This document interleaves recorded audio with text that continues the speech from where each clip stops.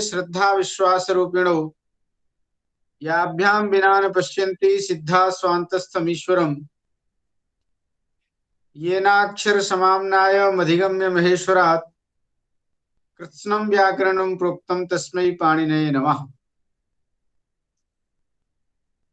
अद्य अस्यां कक्षायां वर्तते भवतां स्वागतम्। तथा च सूत्रमस्ति, व्याख्यातव्यं सूत्रं वर्तते नृन् पे। पदद्वयात्मकम् एतत् सूत्रं वर्तते। नृन् इति षष्ठ्येकवचनान्तम्।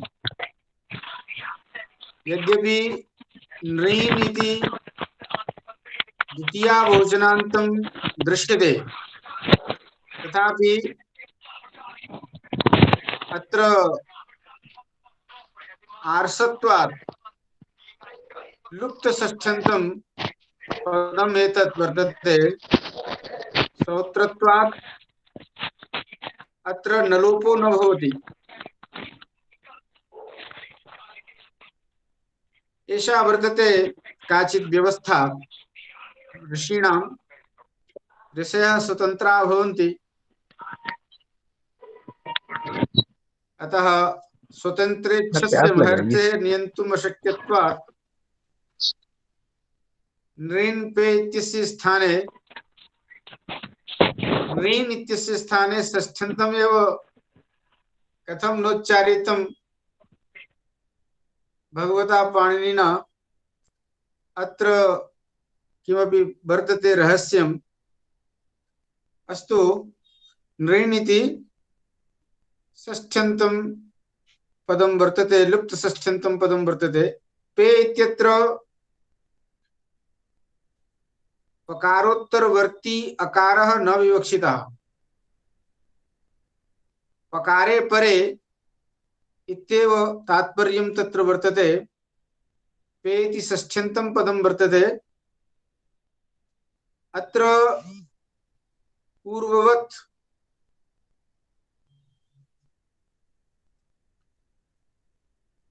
रुः इति पदस्य प्रथमैकवचनान्तस्य अनुवृत्तिर्भवति। अथ च उभयथर्चु कर्तर्चेर्ष देवतयोः इति सूत्रात् उभयथा इति पदस्य अनुवृत्तिर्जायते। अत्र प्रश्नः आसीत् भट्टाचार्य महोदयानां, यद् अत्र अत्रानुनासिक पुरुषस्य वा इति सूत्रात् वा इति पदं कथं नानुवर्तते, उभयथा इति लम्बायमानं पदं कथं अनुवर्तते इति एतेषां प्रश्नः आसीत्। परन्तु प्रश्नोऽयम् अनुवृत्तिविषयकः एव नास्ति, अपि तु महर्षेः सूत्रप्रणयन विषयकः अयं प्रश्नः। कथं भगवता पाणिनिना उभयथा इति लम्बायमानं पदं सूत्रे प्रयुक्तं,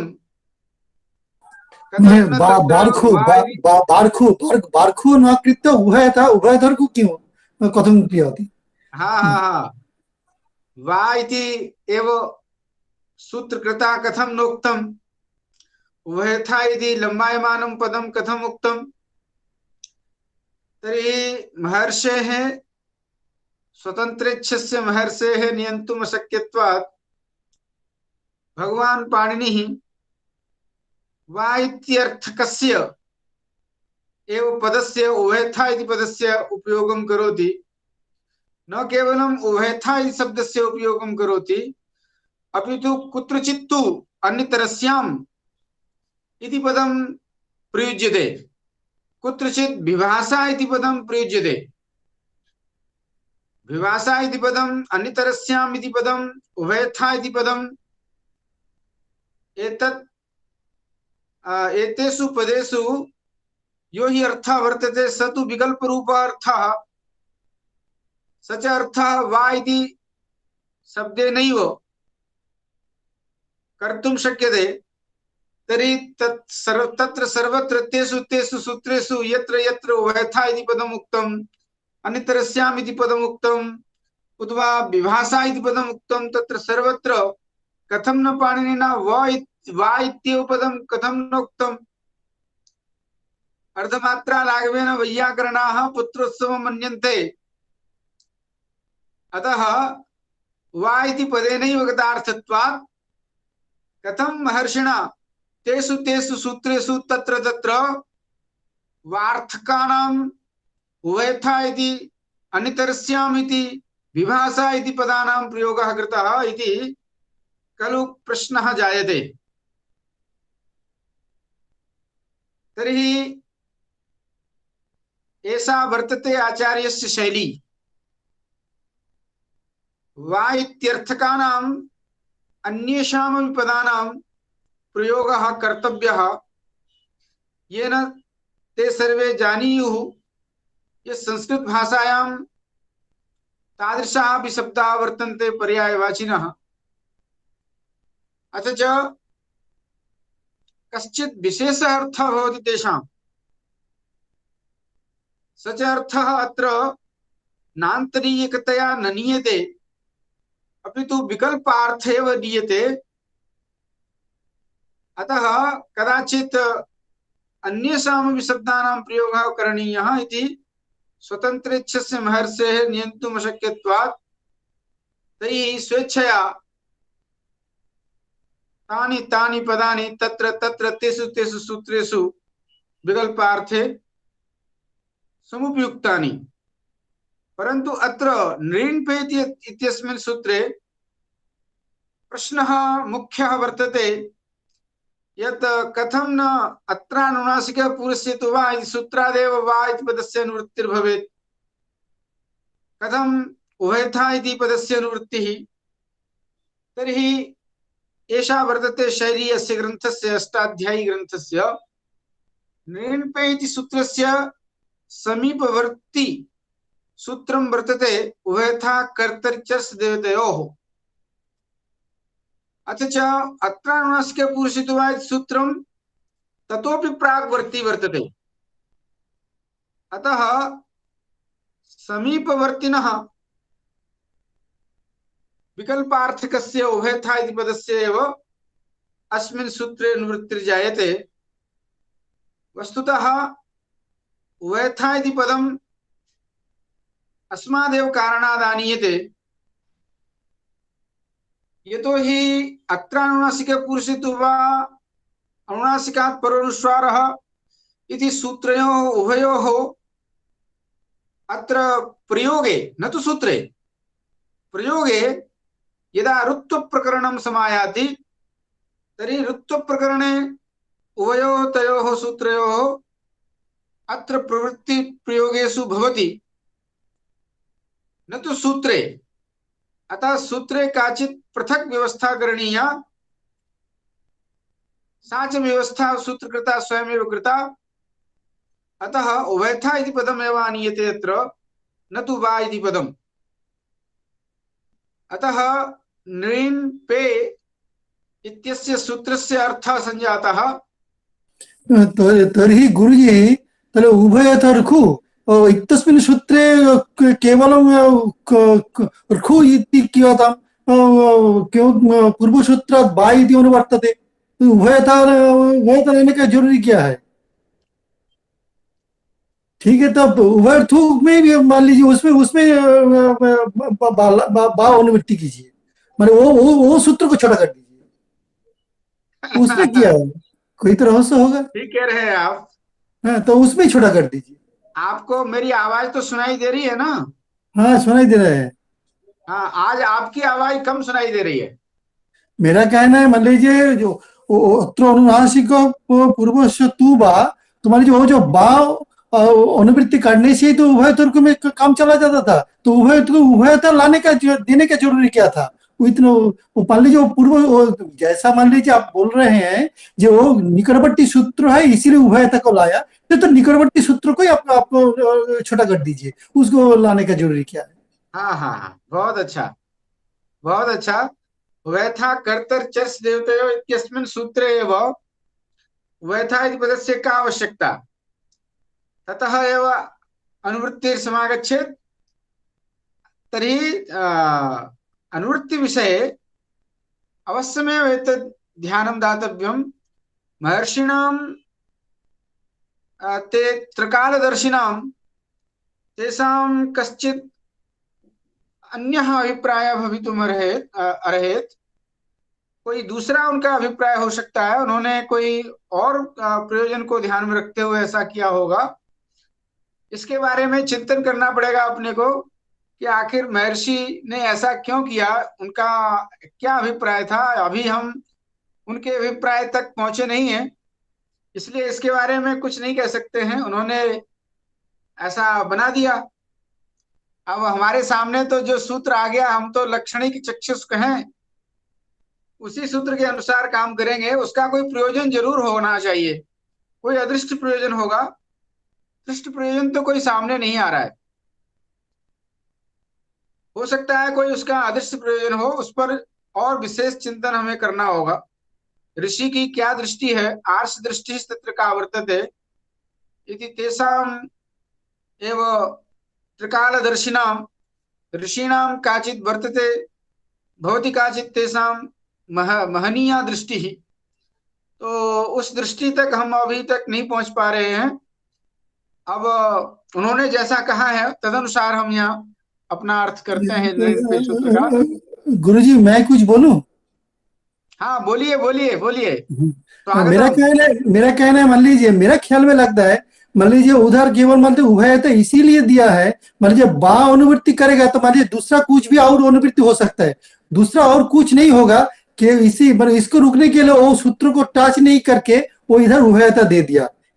जैसे मान लीजिए क्योंकि बा अनुवृत्ति होगा तो वो बा होगा तो दूसरा प्रश्न होगा, बा होगा तो वो नहीं, तू क्यों नहीं, तू होगा तो बा क्यों नहीं, ऐसा मान लीजिए पूर्वस्व क्यों नहीं, पूर्वस्व क्यों नहीं, तू क्यों नहीं, बा क्यों नहीं, ऐसा अनुवृत्ति करके तो बहुत सारे। इसीलिए वो बोल दिया भाई वो उसको वो सूत्र को छुओ मत। मैं विकल्प विधान करना है, मैं इधर बोल देता हूं उभयथा, ये छुओ मत। वो सूत्र ये छात्रा तुम ये सूत्र भूल जाओ, वो सूत्र से तुम कुछ भी लाने की तुम्हें जरूरी नहीं है, अभी तुम उभयथा ये लो। क्योंकि मान लीजिए बाद तो कोई छात्र तो टेरा प्रश्न करेगा, पूर्वस्व क्यों नहीं लाएगा, क्यों तू क्यों नहीं, तो मान सारे क्लास बंद करके सारे बात करना पड़ेगा। तो इसीलिए वो बोले ये सूत्र को तुम जो उस से कुछ मैंने तुम सोच लो ये उभयथा उभयथर्खु, ये मेरा ख्याल लगता है। क्योंकि जो वो बोले जो क्योंकि जैसे मान लीजिए क्लास में तो बहुत छात्र हैं, मान लीजिए कोई तो मान लीजिए गड़बड़ी करेगा तो पूछेगा, जो उधर बा लाएगा तो वो बोलेगा गुरुजी बा लाया तो पूर्वस्व क्यों नहीं लाया, वो बोले पूर्वस्व तो तू क्यों नहीं लाया। तो मान ये सारे जो प्रश्न है, ये सारे प्रश्न खत्म करने के लिए वो चाहे थोड़ा बड़ा हो तो बड़ा होने दीजिए, वो उभयता ला लिया। ये मेरा ख्याल लगता है। वैसे एक बात मैं आपको बताना चाह रहा था, बोलिए। वो बात ये है कि आपका अपना अभिप्राय ठीक है, अच्छा है, पर मेरा अभिप्राय यहाँ पर इसलिए ये भी है कि बाकी निवृत्ति इसलिए भी नहीं आती कि आपको जब संस्कृता के बारे में चर्चा की थी तब आपने सुना होगा कि अत्रानुनासिक पुरुष तुवा सूत्र में तू और वा का प्रत्याख्यान कर दिया है। हाँ भाष्यकार ने हाँ कहा कर कि दिया। तू की और वा की आवश्यकता नहीं है, इसीलिए तो बोला जो अत्रानुनासिक पूर्वस्य, इतना ही सिर्फ अधिकार रखिए। सकते। तू और वा दोनों का प्रत्याख्यान इसलिए कर दिया है क्योंकि उत्तर सूत्र है अनुनासिकात् परो अनुस्वारः। तो अनुनासिकात् परो अनुस्वारः सूत्र में से अनुस्वार विधान सामर्थ्यात् पाक्षिक अर्थ अपने आप निकल आएगा। पुनः इस सूत्र में तू और वा ग्रहण करने की कोई जरूरत नहीं है। इसलिए अत्रानुनासिक पुरुषित्वा सूत्र में तू और वा की ग्रहण की आवश्यकता ही नहीं है। तू और वा दोनों पदों का प्रत्याख्यान कर दिया है, कोई आवश्यकता नहीं है। न तो तू की जरूरत है और न वा की जरूरत है, लेकिन उभयता में जरूरत है। हाँ हाँ हाँ, इसीलिए उभयता दिया, जो उधर जरूरी नहीं लेकिन इधर है इसीलिए उभयता दिया। हाँ यही बात है, यही मैं बता रहा हूँ कि वहां तो काम आपने चला लिया, इधर जो चलेगा नहीं, इसीलिए उभयता दिया। वहां तो इसलिए काम चला लिया क्योंकि अनुनासिकात पर अनुस्वार सूत्र वहां पर है, और उस सूत्र के बल पर हमने ये अर्थ जान लिया जान लिया और चल कि चल काम चला जाएगा, हाँ लेकिन हाँ इधर हाँ। चलेगा नहीं, इसीलिए इधर उभयता दिया। यही तो मैं बता रहा और हूँ। और इसीलिए उसी उभयथा पद की ही अनुवृत्ति यहाँ पर आती है। तू और वाह पद की अनुवृत्ति यहाँ पर, वाह पद की अनुवृत्ति वहां से नहीं आती, हम्म। क्योंकि उसका उसका उसको उसका खंडन कर दिया, उसका प्रत्याख्यान कर दिया, उसकी कोई हम्म। आवश्यकता नहीं है। लेकिन इधर इधर आवश्यक, इधर इधर आवश्यक है, इसीलिए हाँ, इधर दिया। इसीलिए इसीलिए यहाँ पर उभयथा पद की अनुवृत्ति आ जाएगी, अरे वाह पद की मतलब अनुवृत्ति नहीं आएगी। हाँ, वो हो और सकता है एक और बात यह है कि जब उभयथा पद की अनुवृत्ति आ रही है, तो ग्रंथकार ने जब नृण्य सूत्र का अर्थ लिखा, तो अर्थ में उन्होंने उभयथा नहीं लिखा, बा लिखा उन्होंने है। वाह अर्थ को ही लिया। मान लिया। उन्होंने लिखा निर्नित्यस्य रु स्याद वा पकारे परे, ये ऐसा उन्होंने अर्थ लिखा है। तो लिखा। उन्होंने वा पद का प्रयोग किया। तो देखिए इसमें वा इति पदम विकल्पार्थकम वर्तते। तो जो विकल्पार्थ लेना है, इससे तात्पर्य है वो चाहे लंबायमान शब्द हो, चाहे वह छोटा शब्द है, और उभयता शब्द लंबायमान शब्द है। तो कुछ थोड़ा सा आप कह सकते हैं कि यहाँ पर उभयता पद की अनुवृत्ति क्यों क्यों नहीं, उभयता पद का ग्रंथकार ने जब सूत्र का अर्थ लिखा, तो उभयता पद को क्यों नहीं लिखा? जो पद आ रहा है उसी पद का वृत्ति में भी अर्थ लिखना चाहिए, पर ग्रंथकार कभी उभयथा पद का प्रयोग ना करके वहां वा पद का प्रयोग कर रहे हैं। इससे हम ये जानते हैं कि हमें अर्थ से मतलब है, शब्द से मतलब नहीं है। शब्द क्या आ रहा है क्या नहीं आ रहा है, वो अर्थ को महत्व देते हैं कि उस शब्द का अर्थ क्या है। वह अर्थ यदि वाह शब्द से कह दिया जाए तो ये ये हाँ, तो हमें वह अर्थ हमें समझना होगा। खैर चलिए, प्रसंग बहुत हो गया, अब हम अपनी व्याख्या में चलते हैं। हम अपनी व्याख्या में चलते हैं। आज पाठ थोड़ा सा रह गया है, फल संधि पूरी होने वाली है, इसको पढ़ लेते हैं, ठीक है बाद ठीक में है फिर चर्चा कर लेंगे। ठीक है। तो चलिए, नृण पे नृण नित्यस्य रु स्यात् व पकारे परे। पकार पर में हो तो नृण, इस नृण के नकार को रु होता है। यहाँ पर षष्ठ्यंत पद मान करके अलोन्त्य से परिभाषा प्रवृत्त होगी, और नृण के नकार को रु होगा विकल्प से, पकार पर में हो तो। इस तरह से नृण नित्य से रु स्यात् व पकारे परे, ऐसा अर्थ श्रीमद् भट्टो दीक्षित जी ने इस सूत्र का लिखा है। तो नृण को हमने षष्ठ्यंत पद बना लिया, लुप्त षष्ठ्यंत पद मानने के कारण यहाँ पर अलोन्त्यस्य सूत्र आ जाएगा, और उसके द्वारा उस नृण के नकार को, अंतिम जो नकार है उसको रुद्ध होकर के नृरु पाही, यह प्रकरण बन जाएगा। नृरु पाही, ऐसी स्थिति बनने पर यही रू का प्रकरण प्रारंभ हो गया। और रू का प्रकरण प्रारंभ होने के कारण अत्र अनुनासिक पुरुषित्वा और अनुनासिकात् परोनुस्वार, ये दोनों सूत्र आते हैं, रू प्रकरणी सूत्र हैं। और हमने ये बता दिया कि अत्र अनुनासिक पुरुषित्वा सूत्र में तू और वा का प्रत्याख्यान है, तू और वा निरर्थक है, उनकी कोई जरूरत नहीं है। अतः यहाँ पर वा पद की अनुवृत्ति नहीं आती और उभयथा पद की अनुवृत्ति आती है। ये सब चर्चा हो चुकी है। अब हम देखते हैं कि स्थिति क्या बनी। एक तो अनुनासिक वाला और एक अनुस्वार वाला, और रेफ को विसर्ग हो जाता है, तो अनुनासिक वाला और एक अनुस्वार वाला दो रूप बनते हैं। एक तो अनुनासिक वाला नृह पाह, और दूसरा अनुस्वार वाला नृह पाह। ऐसी स्थिति में यहाँ विसर्ग के स्थान पर सकार प्राप्त होता है, विसर्जनीय से सह। खर पर में हो तो विसर्ग को सकार आदेश होता है, नित्य ही सकार आदेश प्राप्त होता है। तो अब यहाँ पर सूत्र आता है कुप्पो क पौच, ऐसी स्थिति में विसर्ग को सकार प्राप्त होता है तो उसका अपवाद सूत्र आता है कुप्पो क पौच। कुप्पो इति कुश्च पुश्च और तयोः कुप्पोः इति षष्ठी द्विवचनान्तं पदम् एतद् वर्तते। कु इत्यनेन कवर्गः, पु इत्यनेन च पवर्गः, अतः कवर्ग पवर्गयोः उभयोरेव अत्र ज्ञानं कर्तव्यम्। अक्कः अप्पौ इति प्रथमैकवचनान्तम्, अक्क इति जुह्वामूलीयस्य, अप्प इति उपध्मानीयस्य, आहत्य उभयोः जुह्वामूलीयोपध्मानीययोः अत्र ज्ञानं कर्तव्यम्। और च इति अव्ययपदं वर्तते, आहत्य त्रिपदात्मकं सूत्रमेतद् वर्तते। अतः अस्य सूत्रस्य अर्थः अत्र यथासंख्यमनुदेशः समानम् इति परिभाषा अपि अत्र प्रवर्तते। यत्र कवर्गः तत्र जिह्वामूलीयः, यत्र पवर्गः तत्र उपध्मानीयः इत्येवं रीत्या जिह्वामूलीयोपध्मानीययोः विधाने यथासंख्यं ज्ञेयम्, यथासंख्यमनुदेशं समानम् इति परिभाषया।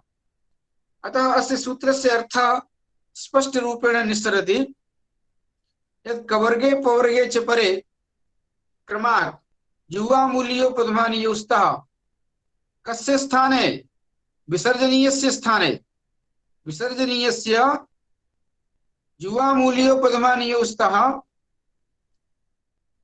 च से क्या लिया जाएगा, तो च से विसर्ग का विधान भी होगा।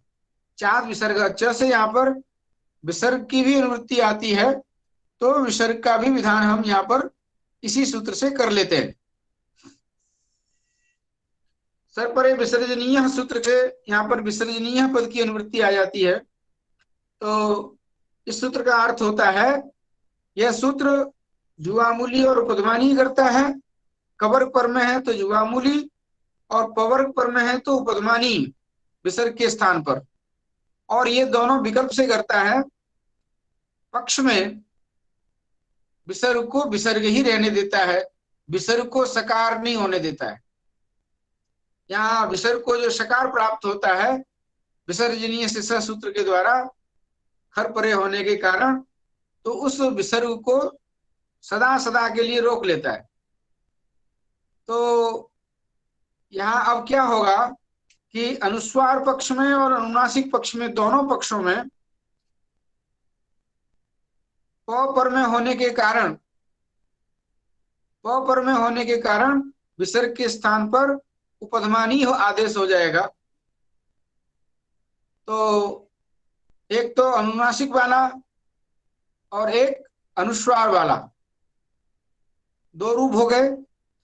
और जब उपध्मानी नहीं होगा तो विसर्ग को विसर्ग ही रहेगा। चाद विसर्ग, विसर्ग का भी विधान करता है यह सूत्र।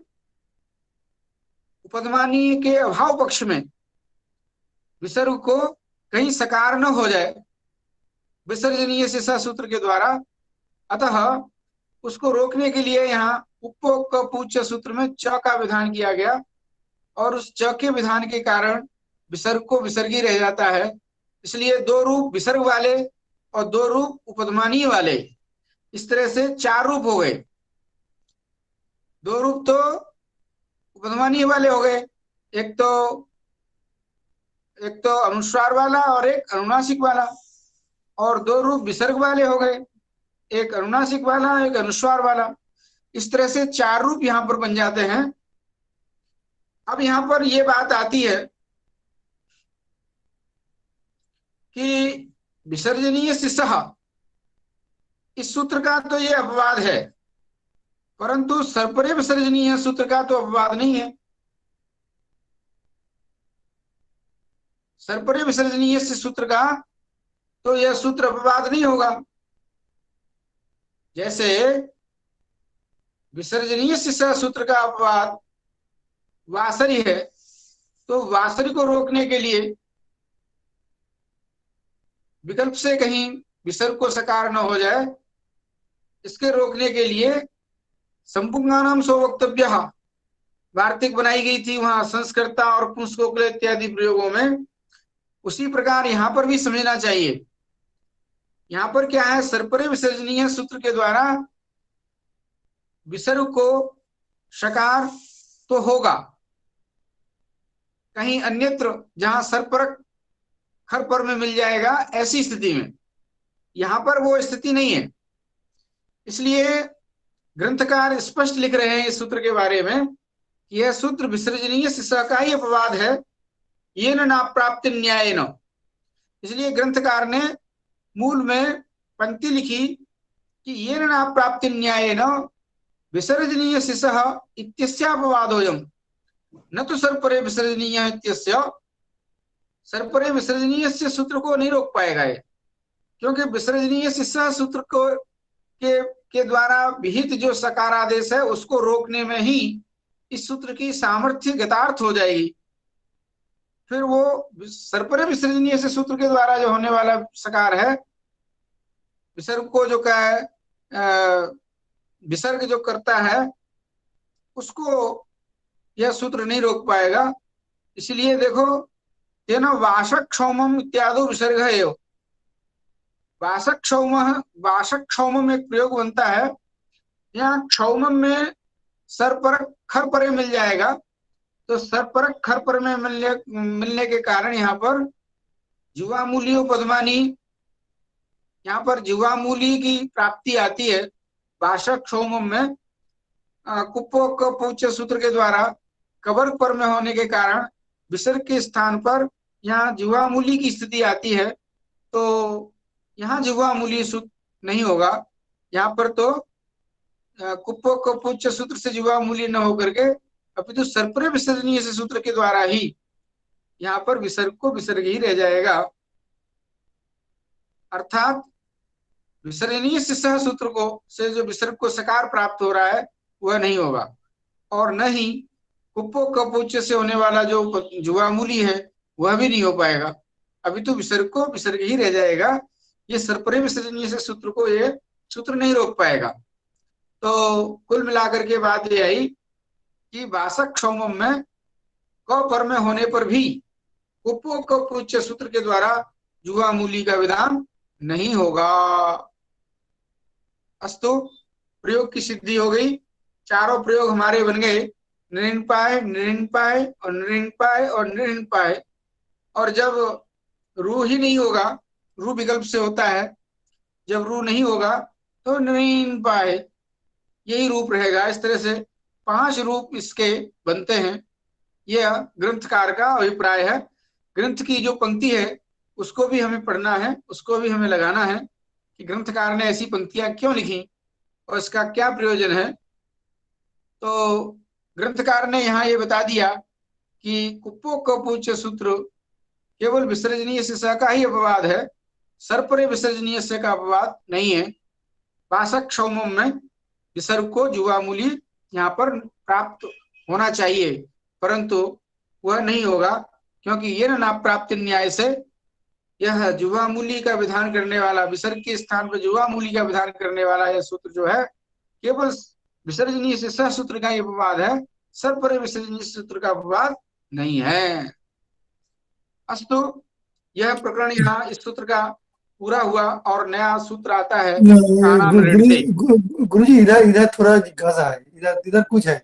तो मान लीजिए जो उपद्वानी और जो जुवामूलियों के जो चिन्ह जो है ना, मान लीजिए वो चिन्ह, मान लीजिए सिद्धांत कौमुदी में देखा, मान लीजिए उल्टा कड़ाई का, मान लीजिए विसर्ग का आधा विसर्ग का आधार दिया, लेकिन कला व्याकरण में देखा, मान लीजिए ऊपर एम तला में डब्लू है, समझे क्या? इसके लिए कुछ विधान है क्या? मान लीजिए कला व्याकरण में कला व्याकरण में देखा उल्टा एम नीचे डब्लू ऐसा लिखा, या ऐसा करके चिन्ह दिया, ऐसा है ना? हाँ, सुनिए ऐसा है। जुवामूली और उपध्मानीय को बतलाने के लिए संज्ञा प्रकरण में चर्चा चल चुकी है। आप विसर्ग का आधा विसर्ग होगा, विसर्ग क से पूर्व में है, सुनिए, क से पूर्व में है और प से पूर्व में है, तो उस विसर्ग का हम आधा आधा चिन्ह हम्म आधा ऊपर का और आधा नीचे का हम काट देते हैं, अर्ध विसर्ग सदृश। इसलिए दो प्रकार के चंद्र, हम्म। चंद्राकार जो है, ऊपर का एक तरफ एक चंद्राकार ना है, एक वो नीचे हाँ, की ओर चंद्राकार। वो तो पानी दिशा में देखता हूँ मैं, लेकिन कॉलम बैकग्राउंड में मैंने देखा, मान लीजिए ऊपर एम और तला डब्ल्यू, छोटा छोटा छोटा एम जो है ना, छोटा एम और तो छोटा डब्ल्यू, ऐसा कॉलम बैकग्राउंड में ऐसा देखा, कॉलम तो बैकग्राउंड में आप ऐसा देखी। हाँ, वहाँ ये देखा। वहाँ हाँ, वहाँ उनकी अपनी परंपरा होगी। हाँ, और वो ऐसा देखा। लिपि का स्वरूप क्या है, लिपि के स्वरूप के बारे में तो अपन हम्म। कुछ नहीं कह सकते, जैसा चला हाँ, आ रहा है नहीं, मेरा जिज्ञासा वैसा है ही। कि क्यों ऐसा क्यों किया, इसीलिए पूछा आपको, जो आपका हाँ कुछ हाँ हाँ। ख्याल है कि। हाँ। नहीं, ऐसा यहाँ कहीं नहीं आता है, यहाँ पर तो इसी प्रकार का आता है। और वहां आपने और देखा होगा, एक, वहां होता होगा, अन्यत्र भी होता है। और एक छोटा प्रश्न है, जिज्ञासा है। हाँ मान लीजिए जो अनुस्वार के बाद विसर्ग को उच्चारण कैसे करेंगे, तो जो अनुस्वार है, अनुस्वार के बाद विसर्ग हो, जैसे नी, उसके बाद माने एक रूप होता है, ये नी, उसके बाद अनुस्वार, उसके बाद विसर्ग, उसके बाद पाई, तो अनुस्वार का बाद विसर्ग हो, ये उच्चारण कैसे करेगा, ये ऐसा हाँ ऐसा ध्रुव उच्चारण है। मान लीजिए तो हाँ हाँ हाँ। पढ़ाने का समय तो उच्चारण तो करना पड़ेगा, ये उच्चारण कैसे करेगा, बाप रे बाप। उ- उच्चारण में तो कोई ज्यादा अंतर नहीं आता, पर जब लेखन करते हैं, तब लेखन में लिखेगा, अंतर लेकिन आता है। उच्चारण, लेखन तो करेगा लेकिन उच्चारण करना हाँ, बहुत लेखन मुश्किल में है। अंतर आता है। और उच्चारण। वहां उच्चारण में केवल बौद्धिक कल्पना करनी होगी कि यहाँ अनुनासिक हम्म। है, यहाँ अनुस्वार है। मतलब है वही अनुनासिक उच्चारण ही होगा, और विसर्ग हाँ का हाँ। उच्चारण म्हणजे और कठिन वो भी है। हम इसलिए कल्पना करेंगे क्योंकि महर्षि का सूत्र प्राप्त है, सूत्र का क्रम प्राप्त है, तो ऋषि ने वहां पर इस प्रकार का विधान किया है, तो इसलिए हम वैसा ही यहाँ केवल बौद्धिक व्यायाम, उच्चारण में इतना अंतर सुनाई नहीं पड़ता है। उसको इस तरह से उच्चारण करें तो विशेष यंत्र विशेष में ला करके ही कर सकते हैं अपन, इस तरह से उच्चारण तो नहीं कर पा रहे हैं उसका। पर ठीक है केवल गुरु जी। बौद्धिक प्रक्रिया है। हाँ, अरे मेरा बौद्धिक व्यायाम है जानना था और इसीलिए। हाँ, ठीक है सूत्रकृत ठीक। व्यवहार है, सूत्रकृत हाँ, ठीक है व्यवहार के ठीक ठीक कारण है। हम ऐसा साधु मानते हैं। साधु साधु साधु गुरु जी, साधु। हाँ हाँ। ठीक ठीक है, चलिए आगे पूछना है। चलते हैं। नया हाँ सूत्र हाँ। है कानाम रेडिते, कान नकार से रुष्याद आम रेडिते परे। यहाँ पर भी कान, यह जो है लुप्त षष्ठ्यंत पद है, इसलिए कान के नकार को रू होगा। और यहाँ षष्ठ्यंत, लुप्त षष्ठ्यंत मानने पर होता यह है कि यहाँ अलोन्त्य से सूत्र आ जाता है, और अलोन्त्य से सूत्र के आ जाने के कारण कान के नकार, अंतिम जो नकार है उसको ही रू होता है, और वो आम्रडित परे रहते होता है। इसका अर्थ स्पष्ट है, इसमें कोई विशेष वो नहीं है। और उदाहरण है कान कान, कान कान, यहाँ जो है कान के नकार को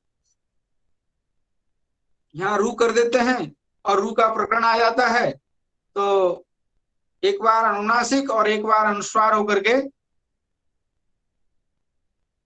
और जो रू में से ऊ की संज्ञा होने पर रेफ को विसर्ग हो जाता है खरवसानी विसर्जनीय से, उस विसर्ग के स्थान पर सकार संबुंग का नाम सोवक्तव्य वार्तिक से होता है। तो कांस कान यह प्रयोग सरल है, कोई इसमें कठिनाई नहीं है। अब यहाँ पर ये कोई लोग ये कहते हैं कि संपूर्ण का नाम सोवक्तव्य सूत्र में का नाम, यहाँ कान जो ग्रहण किया गया है उसकी कोई आवश्यकता नहीं है।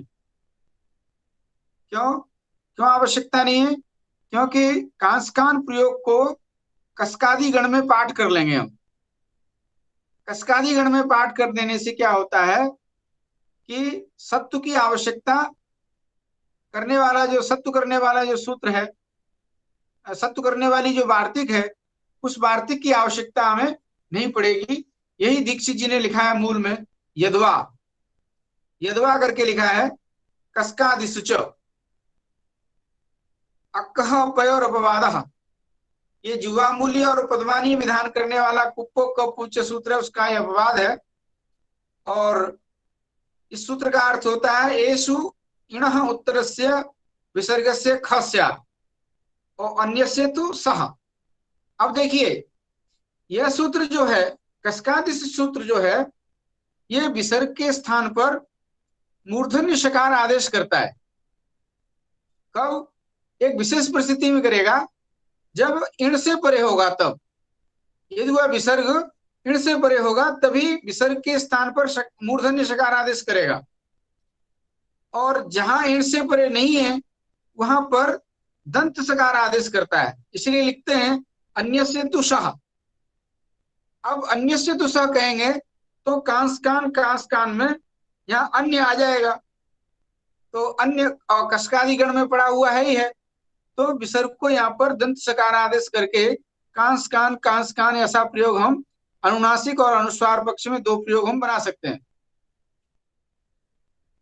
ऐसा ऐसा क्यों किया?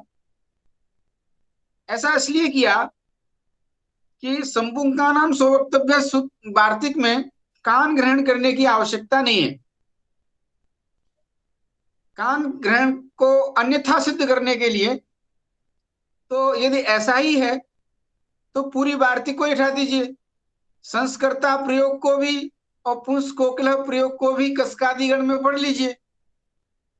क्या आवश्यकता है? पूरे वार्तिक की आवश्यकता क्या है? संपुंकानाम स्ववक्तव्य, इस पूरी वार्तिक को उठाने के लिए जिस प्रकार कस्कादिगण में कांसकान प्रयोग का पाठ कर दिया, उसी प्रकार पुंस वो कोकिल तो आकृति गण ही है।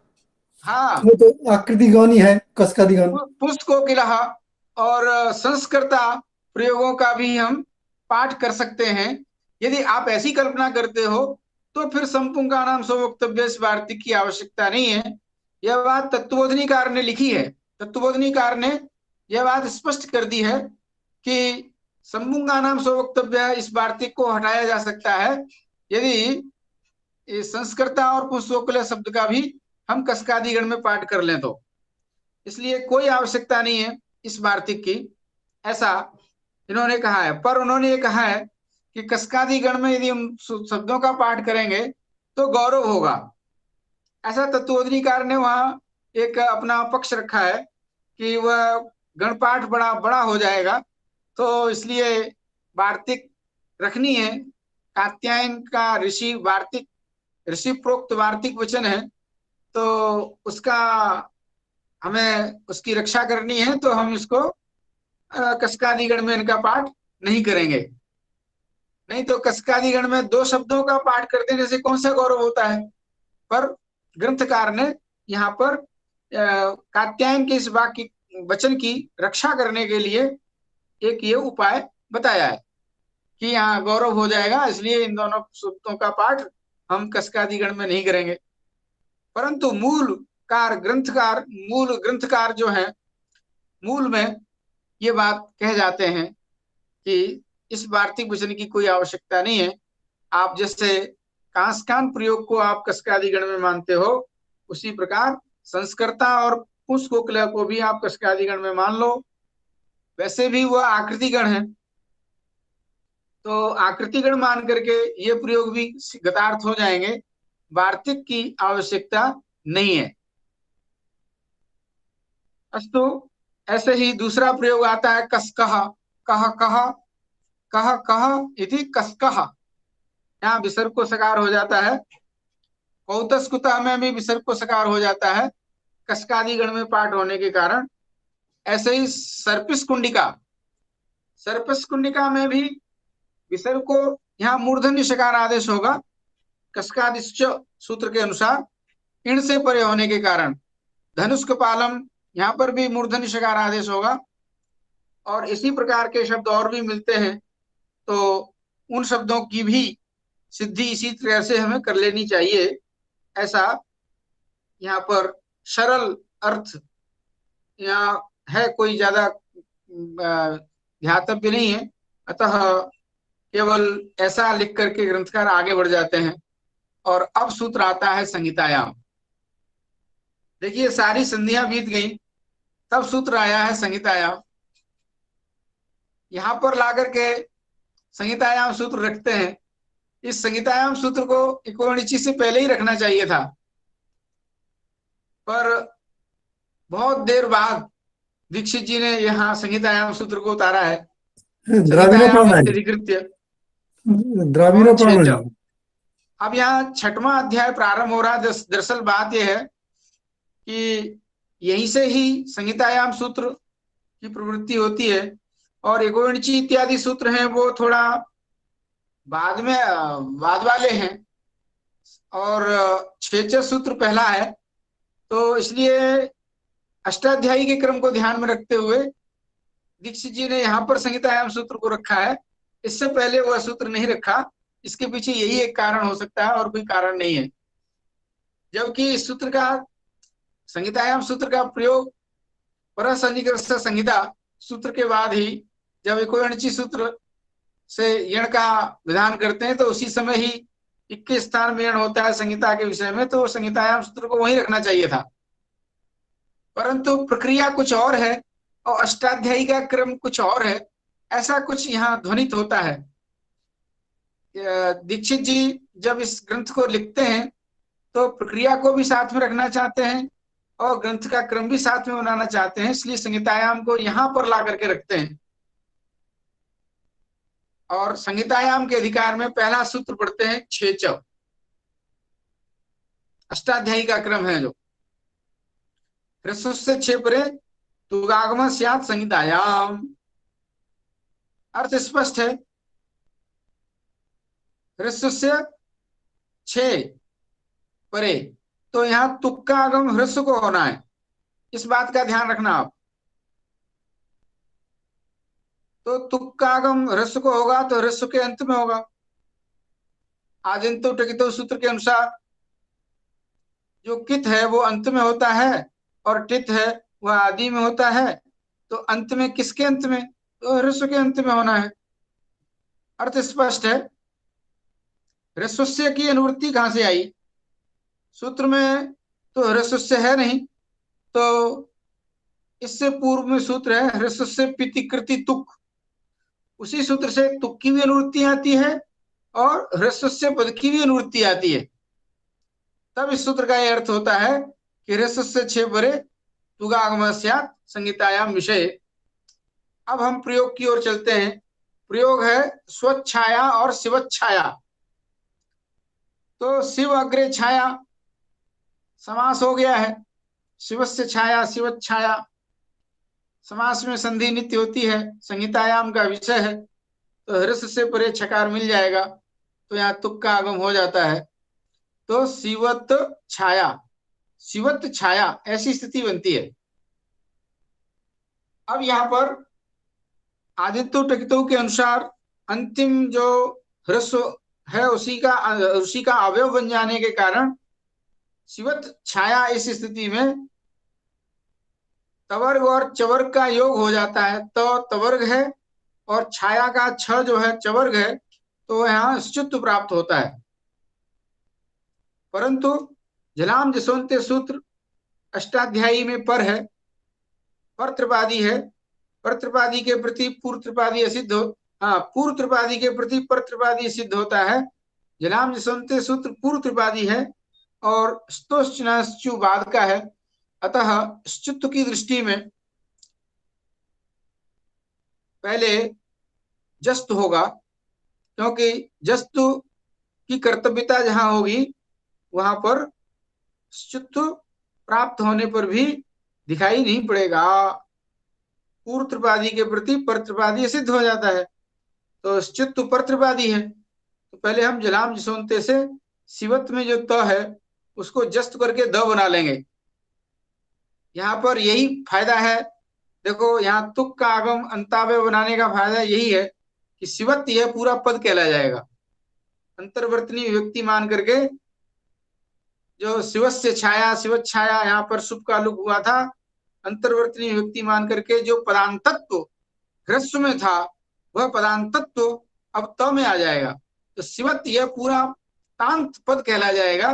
तो ताकि जलाम जसवंते पदांते जलाम जसस्य हो, पदांत में जलों को जस होता है, तो कित होने के कारण आदित्य टकितो सूत्र के द्वारा वह अंतावय हो जाने के कारण यहाँ पदांतत्व कहला जाएगा, और त को द होकर के शिवद छाया, शिवद छाया के बाद स्पष्ट लिखा है, वार्तिक ग्रंथकार ने मूल में पंक्ति स्पष्ट लिखी है कि च्युत्वस्य सिद्धत्वा जस्त्वेन दः। अब द हो गया तो सिवद छाया बन गया। अब ऐसी स्थिति में खरिचा से चर्त भी प्राप्त है और स्तोष्णाश्चु से श्चुत्व प्राप्त है। तो श्चुत्व की दृष्टि में खरिचा सूत्र सिद्ध होगा। खरिचा सूत्र पहले हो कि श्चुत्व पहले हो, तो पहले यहाँ श्चुत्व होगा। श्चुत्व की दृष्टि में चर्त जो है, खरिचा से होने वाला जो चर्त है वो असिद्ध रहेगा खरिचा सूत्र, क्योंकि पूर्व त्रिपादी के प्रति प्रतिपादी सिद्ध होता है। इसलिए द को च्युत्व करके ज बना लेंगे, शिवज छाया। अब यहां पर खरिचा से चर्तु करेंगे,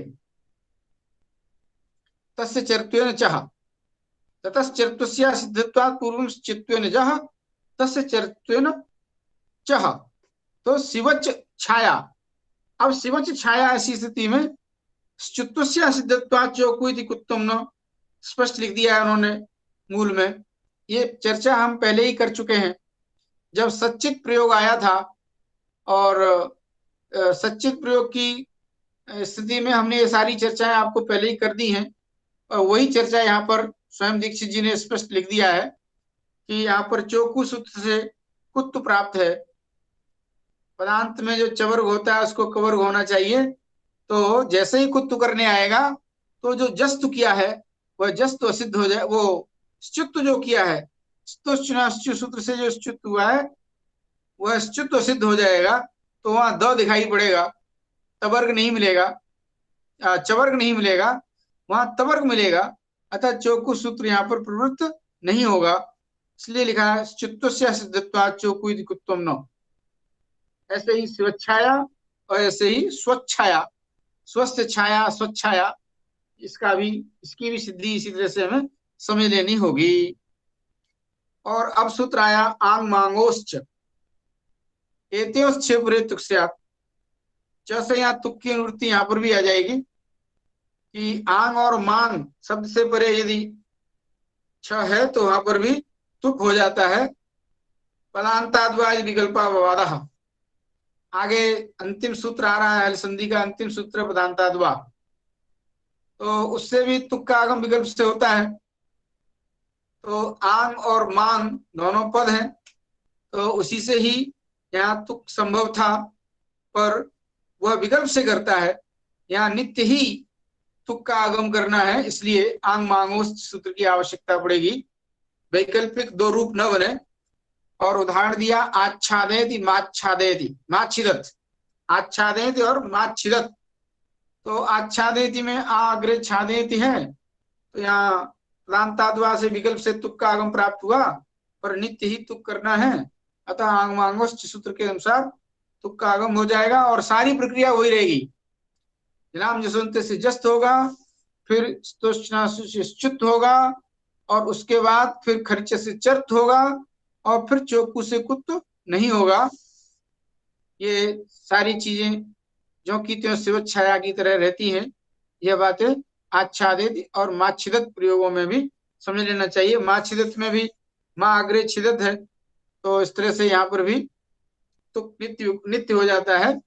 तो आच्छिदत माच्छिदत, आच्छादित और माच्छिदत, ये दोनों प्रयोग बनते हैं।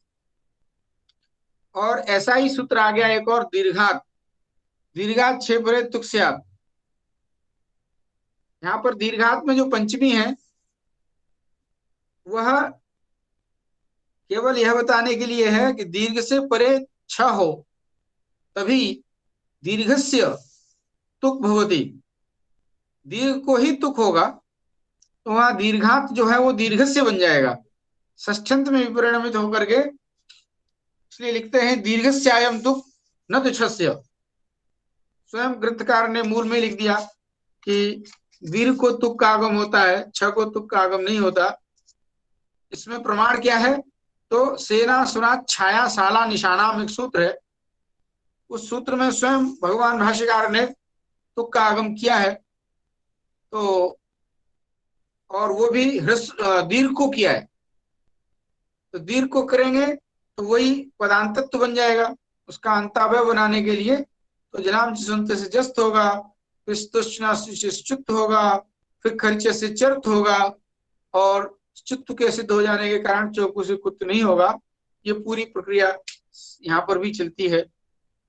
इसी से चे छिद्यते प्रयोग बनता है, चे अग्रे छिद्यते। अब ये है तो यंग रुगंत का रूप, वो रूप हम आपको पूरा बताना नहीं चाह रहे, जल्दी में सरल प्रक्रिया यही है, चे अग्रे छिद्यते।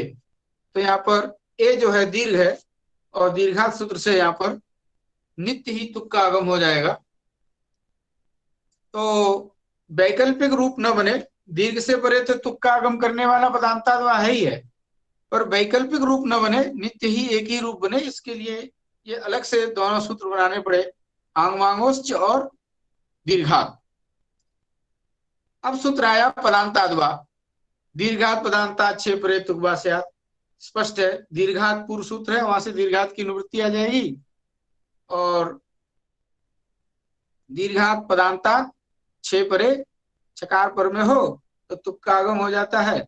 तो तुक का आगम हो जाएगा, लक्ष्मी छाया उदाहरण है, लक्ष्मी अग्रे छाया, यहाँ पर भी दीर्घ है, लक्ष्मी शब्द है, यहाँ समास हो ही चुका है, लक्ष्म्या छाया लक्ष्मी छाया। तो अंतर्वर्तनी व्यक्ति मान करके यहाँ पर पदांतत्व ले आएंगे तुक में, अंतावय में, तो पदांत कहला जाएगा।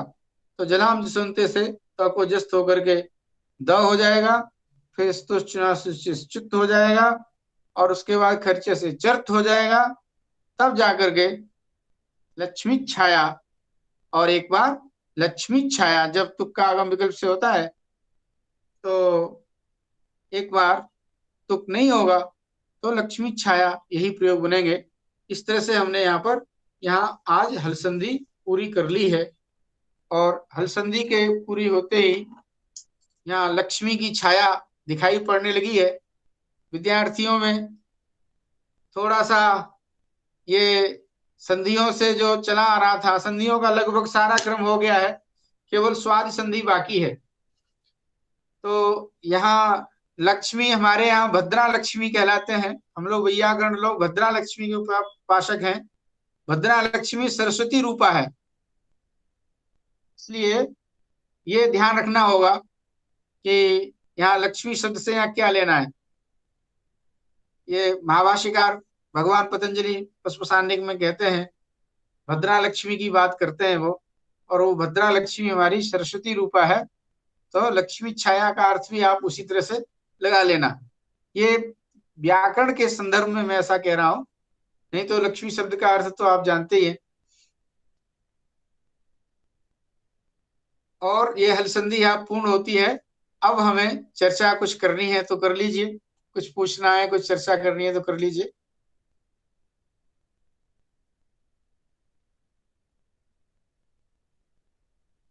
कोई नंबर मांग रहा है, हमारा नंबर इस फोन नंबर इत्यादि कोई कह रहा है, पता नहीं क्या ऐसा सूचना आ रही है। हाँ जी, आज हलसंधि पूरी हो गई आप लोगों की उपस्थिति में। कुछ और कुछ कहना है हलसंधि के बारे में? हलसंधि की समीक्षा की जाए तो देखिए, पूरे प्रकरण में मैं थोड़ा सा इसमें कहूंगा, एक ही सूत्र ऐसा है। इस सूत्र में प्रारंभ में देखिए स्चुत हुआ, ष्टुत हुआ, जस्त हुआ, फिर परसवर्ण हुआ, पूर्व सवर्ण हुआ, और उसके बाद छत्व, फिर वो अनुस्वार संधि, और उसके बाद फिर आगमों की परंपरा प्रारंभ हो जाती है। गणों टुक सर से लेकर के, कहीं कुक होता है, कहीं टुक होता है, कहीं कहीं जो है धुट होता है, कहीं तुक होता है, और फिर वो रू का प्रकरण आ जाता है, और रू के प्रकरण करते करते फिर आगम की परंपरा प्रारंभ होती है छह सूत्र से, और ये हल संधि यहाँ पूर्ण होती है। अब यहाँ पर देखिए, बीच में प्रकृति भाव का प्रकरण भी आया। प्रकृति भाव का प्रकरण मतलब यह है कि हेम प्रेवा मोराय समक पौ न परे नहा, जो मोनुस्वार सूत्र के निषेधक हैं, वो म को अनुस्वार नहीं होने देते हैं, तो वहां म को म ही रहने देते हैं। इस प्रकार का एक थोड़ा सा प्रकृति भाव का भी प्रकरण आया। सम्राट में यहाँ मोनुस्वार से म को अनुस्वार नहीं हुआ, पर पूरा हल संधि के प्रकरण में एक विलक्षण सूत्र आया जो हल को विषय नहीं बनाता है। सारे सूत्र हल को विषय बनाते हैं, हल वर्ण हल प्रत्याहार को विषय बनाते हैं, पूर्व और पर दोनों तरफ हल को देखते हैं और काम होता चला जाता है। पर एक सूत्र ऐसा आया है जो हल को विषय नहीं बनाता है। वह सूत्र कौन सा है? शायद आपको स्मरण हो रहा होगा। वह सूत्र है गमो ह्रस्वादचि गमो नित्यम। वहां अचि पद दिया हुआ है और अचि पद से वहां अजादी पद परे रहते मुट नुट नुट का आगम का विधान किया गया है। केवल यही एक ऐसा सूत्र है जो उत्तर में अजादी पद पर में होना चाहिए, और हल संधि में कोई ऐसा सूत्र नहीं आया। सभी सूत्र हल प्रत्याहार में आने वाले वर्णों को ही अपना विषय बनाते हैं, चाहे पूर्व में हो चाहे पर में हो। ये स्थिति थोड़ा सा हमें देखनी चाहिए। ये एक समीक्षा की दृष्टि से मैं बोल रहा हूं। केवल गमो ह्रस्वादिच गमो नित्यम सूत्र ऐसा आता है जो अजादी पद परे रहते। गुरुजी इस स्थल में मान लीजिए त्वम असी म को डबल नहीं हुआ, हाँ स्वम उसनी म को डबल नहीं क्यों नहीं हुआ, वो थोड़ा बोल दीजिए। मैं आपको एक मैसेज भेजा था, आपने देखा? हाँ, देखा था मैंने। हाँ देखिए, वो क्योंकि वो मान लीजिए ये भी रखिए, ये म को नहीं होगा इसीलिए वो अमो दिया है। क्योंकि वो दो दे सकता था, मोमो दे सकता था, वो अमो क्यों नहीं दिया? वो मोमो दे सकता था, वो अमो क्यों दिया? तो अमो हंसा दे नहीं था, मोमो दे सकता था, उसको तो कोई तो पाबंदी नहीं। ये इसीलिए दिया जो अमो की न मौका होगा नहीं। मैं यही बात कहना चाह रहा था, हम्म, और मैंने जानबूझ करके ये प्रकरण इसीलिए उठाया था कि आपने ये बात कही है तो ये सामने भी रख दें, यहाँ पर समूह में भी रख दें। यहाँ दरअसल क्या है, ngम प्रत्याहार है, और ngम प्रत्याहार में केवल ng ण न यमगणनम के ng से लेकर और यमगणनम के यमगणनम के म तक ngम प्रत्याहार आता है। ngम प्रत्याहार में तीन ही अक्षर आते हैं, ng ण न। और ng को मुठ होता है, ण को णुठ होता है और न को नुठ होता है।